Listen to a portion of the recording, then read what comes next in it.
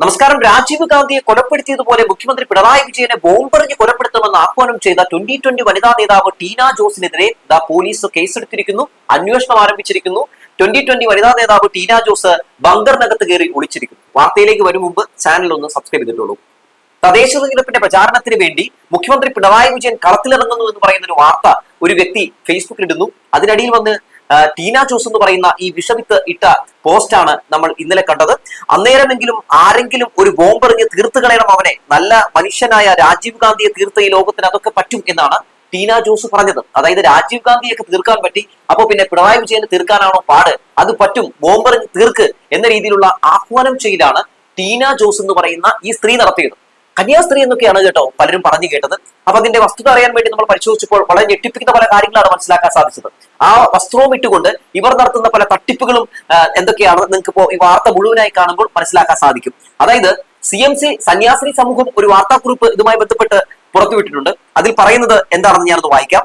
CMC സന്യാസിനി സമൂഹത്തിലെ മുൻ അംഗമായിരുന്ന ടീന ജോസ് ബഹുമാനപ്പെട്ട കേരള മുഖ്യമന്ത്രിയെ അപായപ്പെടുത്തണമെന്ന തരത്തിൽ സാമൂഹ്യ മാധ്യമങ്ങളിൽ എഴുതിയതായി ശ്രദ്ധയിൽപ്പെട്ടു. CMC സന്യാസിനി സമൂഹത്തിലെ ടീന ജോസിന്റെ അംഗത്വം ശ്രദ്ധിക്കണം, സഭയിലെ കാനോനിക നടപടിക്രമങ്ങൾക്ക് വിധേയപ്പെട്ട് 4/4/2009 തീയതിയിൽ നഷ്ടപ്പെട്ടതാണ്. അന്നു മുതൽ സന്യാസ വസ്ത്രം ധരിക്കുവാൻ ടീന ജോസിന് നിയമപരമായി അനുവാദമോ അവകാശമോ ഇല്ലാത്തതാണ്. എന്നിട്ടും അവർ ആ വസ്ത്രം ധരിക്കുന്നത് എന്തിനാണെന്ന് ഇപ്പൊ ഏറെക്കുറെ എല്ലാവർക്കും മനസ്സിലായി കാണും. ഒരു മറ, അത് മാത്രമാണ്. ടീന ജോസ് ചെയ്യുന്ന കാര്യങ്ങൾ പൂർണ്ണമായും അവരുടെ തീരുമാനത്തിനും ഉത്തരവാദിത്വത്തിനും മാത്രമാണ്. ആയതിനാൽ CMC സന്യാസിനി സമൂഹത്തിന് അതിൽ യാതൊരു പങ്കുമില്ല എന്നാണ് പറയുന്നത്. പിന്നെ എന്തിനാണ് ടീന ജോസ് എന്ന് പറയുന്ന ഈ സ്ത്രീ ആ തിരുവസ്ത്രം അണിഞ്ഞ് നടന്നതെന്ന് ചോദിച്ചാൽ, അത് അണിഞ്ഞ് നടന്നാൽ എന്തും വിളിച്ചു പറയാമല്ലോ. അങ്ങനെ എന്തെങ്കിലുമൊക്കെ പറഞ്ഞിട്ടുണ്ടെങ്കിൽ, ഏതെങ്കിലും ഒരു നിയമ നടപടിക്ക് വിധേയമാക്കപ്പെട്ടിട്ടുണ്ടെങ്കിൽ, അയ്യോ ഞങ്ങൾ ആക്രമിക്കുന്നേ എന്ന് പറഞ്ഞ് ഇവിടെ ഒരു വലിയ രീതിയിലുള്ള വർഗീയ ലഹള ഉണ്ടാക്കാമല്ലോ. അതൊക്കെ ആകാം ഒരുപക്ഷെ ഇവരുടെ ലക്ഷ്യം എന്നാണ് ഞാൻ മനസ്സിലാക്കുന്നത്. മാത്രവുമല്ല 2020 സജീവ പ്രവർത്തകയായിരുന്നു ഈ ടീന ജോസ് എന്ന് അറിയാൻ സാധിച്ചു.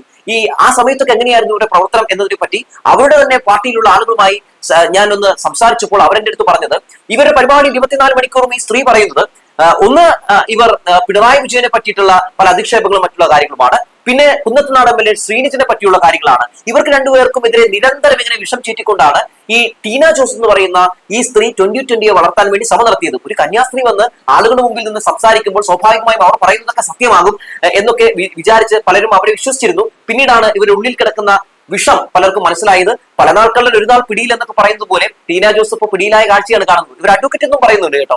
അതും അന്വേഷിച്ചു, പ്രാക്ടീസ് ചെയ്യുന്നേ ഇല്ല. എന്നിട്ട് ഇവർ പറയുന്നു ഞാൻ അഡ്വക്കേറ്റ് ആണ് എന്ന് പറയുന്നു. പേരിന്റെ അറ്റത്ത് അഡ്വക്കേറ്റ് എന്ന് കൂടി ചേർക്കുമ്പോൾ കുറച്ചുകൂടി കനം കിട്ടുമെന്ന് ടീന ജോസിന് നന്നായി അറിയാം. ടീന ജോസ് 2020 സാബു എം ജേക്കബിനെയൊക്കെ പ്രൊമോട്ട് ചെയ്യുന്നു.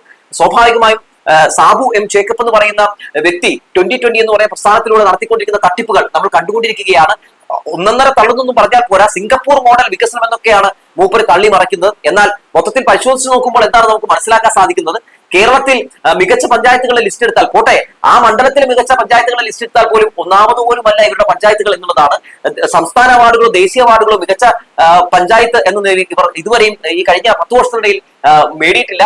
പുതുതായിട്ട് ഭരിക്കുന്ന പഞ്ചായത്തുകളിൽ 5 വർഷത്തിനിടയിൽ നേടിയിട്ടില്ല എന്നാണ് നമുക്ക് വിവരാവകാശ നിയമപ്രകാരം മനസ്സിലാക്കാൻ സാധിച്ചത്. അങ്ങനെ അട്ടിമുട്ടി തട്ടിപ്പൊരു സംഘടനയിൽ പുതിയൊരാൾ കൂടി വന്നിരിക്കുന്നു എന്നതാണ് ഏറെ നമ്മൾ ഞെട്ടിപ്പിക്കുന്ന ഒരു കാര്യം. അതായത് ഇപ്പോ ഈ സാബുവും ചേക്കപ്പിന്റെയും 2020 ഒക്കെ തട്ടിപ്പ് ഓരോ ദിവസവും പൊളിഞ്ഞടങ്ങിക്കൊണ്ടിരിക്കുകയാണല്ലോ. അങ്ങനെ ആകെ ഹാലിളകിയിരിക്കുകയാണ് സാബുവിന്റെ ശിങ്കിടികൾക്കും. അങ്ങനെ മൊത്തത്തിൽ ഹാലിളകിയപ്പോൾ ഒരു തുപ്പിയ ഒരു വലിയ വിഷമാകാം ടീന ജോസിന്റെ വായിൽ നിന്ന് പുറത്തു വന്നത് എന്നാണ് എനിക്ക് മനസ്സിലാക്കാൻ സാധിക്കുന്നത്. നമുക്ക് ആശയപരമായി പല പാർട്ടികളോടും നമുക്ക് ദേഷ്യവും വിദ്വേഷവും ഒക്കെ ഉണ്ടാകും. എന്ന് വെച്ച് ആ പാർട്ടിയുടെ നേതാവിനെ ബോംബെറിഞ്ഞു കൊല്ലണം, അല്ലെങ്കിൽ വളരെ മൃഗീയമായി കൊല്ലണം എന്നൊക്കെ ആരെങ്കിലും ആഹ്വാനം ചെയ്യുമോ? നമ്മൾ ഈ സമീപകാലത്ത് അങ്ങനെ ഏതെങ്കിലും ഒരു നേതാവ് പറഞ്ഞ് നമ്മൾ കേട്ടിട്ടുണ്ടോ? ഇല്ല. അപ്പോൾ ഇവരുടെ വായിൽ നിന്ന് മാത്രം ഇങ്ങനെ കാര്യങ്ങൾ വരുന്നു. അതായത് ഇവരുടെ തട്ടിപ്പിനെതിരെ അല്ലെങ്കിൽ ഇവരുടെ ആശയത്തിനെതിരെ എതിർ ശബ്ദം ഉയർന്നു വരുമ്പോൾ, അല്ലെങ്കിൽ അവരുടെ ജനാധിപത്യ വിരുദ്ധമായിട്ടുള്ള ഫാസിസ്റ്റ് ഭരണത്തിനെതിരെ ശബ്ദങ്ങൾ ഉയർന്നു വരുമ്പോൾ ശബ്ദം ഉയർത്തുന്ന ആളുകളെല്ലാം തീർത്തു കളയണം എന്ന് നിലപാട് സ്വീകരിക്കുന്നത് എന്ത് രാഷ്ട്രീയമാണ് എന്ന് എനിക്ക് ഒട്ടും മനസ്സിലാകുന്നില്ല. ഇന്ന് മന്ത്രി വി ശിവൻകുട്ടി വാർത്താ സമ്മേളനം നടത്തിക്കൊണ്ട് പറഞ്ഞൊരു പ്രധാനപ്പെട്ട കാര്യമുണ്ട്. ഈ വിഷയത്തിൽ സാബു എം ജേക്കബിന്റെ എന്താണ് നിലപാട് എന്ന് പറയേണ്ടതുണ്ടെന്ന് പറയുന്നു. മണിക്കൂറുകൾ കഴിഞ്ഞു. സാബു ജേക്കബ് ഈ വിഷയത്തിൽ ഒരു പ്രതികരണവും രേഖപ്പെടുത്തിയിട്ടില്ല എന്ന കാര്യം കൂടി ഞാൻ പറഞ്ഞു വെക്കുകയാണ്. അപ്പോൾ സാബു ജേക്കബ് പരോക്ഷമായി ഇവർ സപ്പോർട്ട് ചെയ്യുകയല്ലേ, എന്തുകൊണ്ട് അല്ലെങ്കിൽ തള്ളി പറയുന്നില്ല എന്ന ചോദ്യങ്ങളുമൊക്കെ സമൂഹ മാധ്യമങ്ങളിൽ വലിയ രീതിയിൽ തന്നെ ഉയർന്നു വരുന്നുണ്ട്. എന്തായാലും നമുക്ക് ഈ വിഷയവുമായി ബന്ധപ്പെട്ട് മന്ത്രി വി ശിവൻകുട്ടി എന്ന മാധ്യമങ്ങളോട് പറഞ്ഞ ചില കാര്യങ്ങൾ കൂടി ഒന്ന് കാണാം. കേരളത്തിന്റെ ബഹുമാന്യനായ മുഖ്യമന്ത്രി ശ്രീ പിണറായി വിജയനെതിരെ കൊലവിളി നടത്തിയ ടീന ജോസ് എന്ന വ്യക്തിയുടെ ഫേസ്ബുക്ക് കമന്റ് ഞെട്ടലോടെയാണ് കാണുന്നത്. ഒരു ജനാധിപത്യ സമൂഹത്തിലുള്ള ഒരു പൗരന്റെ ജീവന് ഭീഷണി ഉയർത്തുന്ന, പ്രത്യേകിച്ച് സംസ്ഥാനത്തിന്റെ ഭരണത്തലവനെതിരെ നടത്തുന്ന ഈ പ്രസ്താവന ഒരു കാരണവശാലും അംഗീകരിക്കാൻ കഴിയുന്ന ഒന്നല്ല.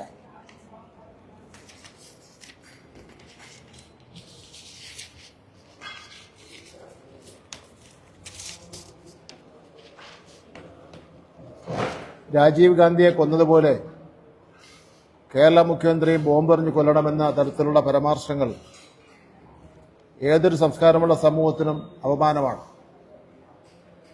ഇത് കേവലം ഒരാളുടെ വ്യക്തിപരമായ അഭിപ്രായം പ്രകടനമല്ല, മറിച്ച് രാജ്യത്തെ നിയമവ്യവസ്ഥയോടും ജനാധിപത്യ മൂല്യങ്ങളോടുള്ള വ്യക്തമായ വെല്ലുവിളിയാണ്.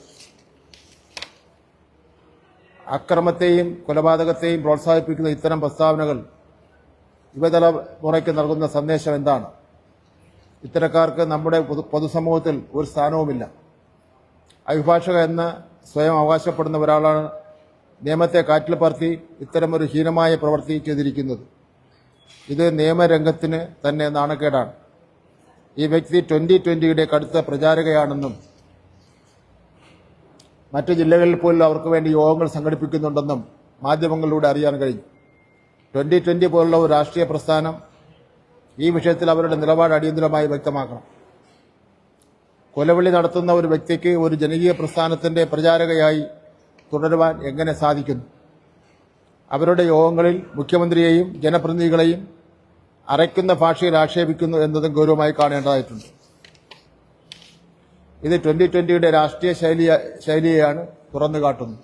ഇന്നലെ ഈ സംഭവം നടന്നപ്പോൾ തന്നെ Kunnathunad MLA. Advocate PV. Sreenidhan ഫേസ്ബുക്കിൽ കുറിച്ചത് ഇങ്ങനെയാണ്: ശ്രീ പിണറായി വിജയൻ നാളെ മുതൽ പ്രചാരണത്തിനിറങ്ങുന്നുവെന്ന സെൽട്ടൻ എൽ ഡിസൂസയുടെ പോസ്റ്റിലാണ് ടീന ജോസ് എന്നൊരു കന്യാസ്ത്രീയുടെ പ്രൊഫൈൽ പേജിൽ നിന്ന് താഴെ കൊടുത്തിരിക്കുന്ന തരത്തിൽ ഒരു കമന്റ് ഇട്ടിരിക്കുന്നത്. 2020 സാബുവിന്റെ കടുത്ത ആരാധികയും പ്രചാരകയുമാണ് സഹോദരി ടീന.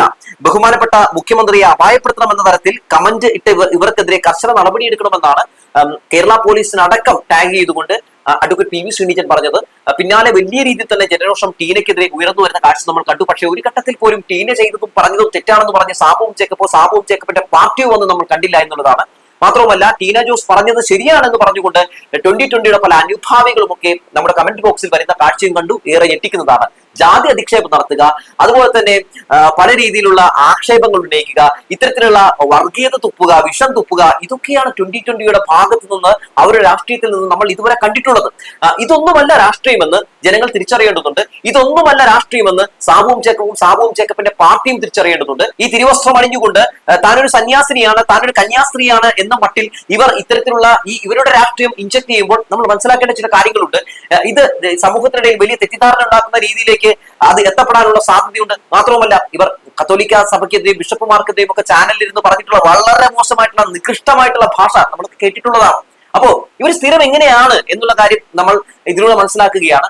ഈ ടീന ജോസ് എന്ന് പറയുന്ന കന്യാസ്ത്രീ എന്ന് അവകാശപ്പെടുന്ന ഇവർക്കൊപ്പം വേദി പങ്കിട്ടിട്ടുള്ള നിരവധി 2020 നേതാക്കൾ ഇന്നലെ രാത്രി തന്നെ നമ്മുടെ വാർത്ത കണ്ടിട്ട് വിളിച്ചെന്നേ. അവരൊക്കെ പറഞ്ഞത് സത്യത്തിൽ ഇവരുടെ കന്യാസ്ത്രീയാണോ എന്ന് പോലും ഞങ്ങൾക്ക് തോന്നിപ്പോയെന്നാണ് പറഞ്ഞത്. അതിൽ ഒരാൾ എന്റെ അടുത്ത് പറഞ്ഞൊരു പ്രധാനപ്പെട്ട കാര്യം, കന്യാസ്ത്രീ എന്ന രീതിയിൽ ഇവർ രാഷ്ട്രീയം പറയാൻ ഇറങ്ങുമ്പോൾ ഒരുപാട് ക്രൈസ്തവരെ സ്വാധീനിക്കാൻ കഴിയുമല്ലോ, അതാണ് 2020 ഇറക്കുന്ന രാഷ്ട്രീയം എന്നാണ് പറയുന്നത്. ഏറെ ഞെട്ടിപ്പിക്കുന്ന ഒരു കാര്യമാണ് അയാൾ എന്റെ അടുത്ത് പങ്കുവെച്ചത്. ഞാനും അത് കേട്ട് ഞെട്ടിപ്പോയി എന്നുള്ളതാണ്. അതായത് ഇവരാണ് അത്രേ ഈ 2020 എവിടെയെങ്കിലും ഒക്കെ ഒന്ന് വേരുറപ്പിക്കണമെങ്കിൽ ആദ്യം പോകുന്നത്. അവിടെ പോയി ഇവർ ഈ വസ്ത്രമിട്ട് സംസാരിക്കുകയാണ്. സ്വാഭാവികമായും ഇവരുടെ ഈ വസ്ത്രം കണ്ട് നിരവധി ആളുകൾ വരുന്നു. പക്ഷെ വന്ന ശേഷം ഇവർ പറയുന്ന പല പൊളിറ്റിക്സുകളും ഈ തലയിടകത്തെ ചാണകമല്ലാത്ത പല ആളുകൾക്ക് മനസ്സിലാകുന്നുണ്ടെന്ന്. അത് ഇന്നലെ അവർ പറയുന്ന കാഴ്ച കണ്ടു. എന്തായാലും ഇവർക്കെതിരെ ശക്തമായിട്ടുള്ള നിയമ നടപടി സ്വീകരിക്കുമെന്നുള്ള കാര്യത്തിൽ ഒരു തർക്കവുമില്ല. പോലീസ് കേസെടുത്ത് അന്വേഷണം ആരംഭിച്ചിരിക്കുന്നു. ഇത്തരം ആളുകൾക്കെതിരെ, അത് ഏത് രാഷ്ട്രീയ പാർട്ടിയിലുള്ള ആളുകളാണെങ്കിലും അവർക്കെതിരെ നിയമ നടപടി സ്വീകരിക്കേണ്ടതുണ്ട് എന്ന് തന്നെയാണ് നിലവിൽ നമ്മുടെ പൊതുസമൂഹത്തിൽ നിന്ന് ഉയർന്നു കേൾക്കുന്നത്.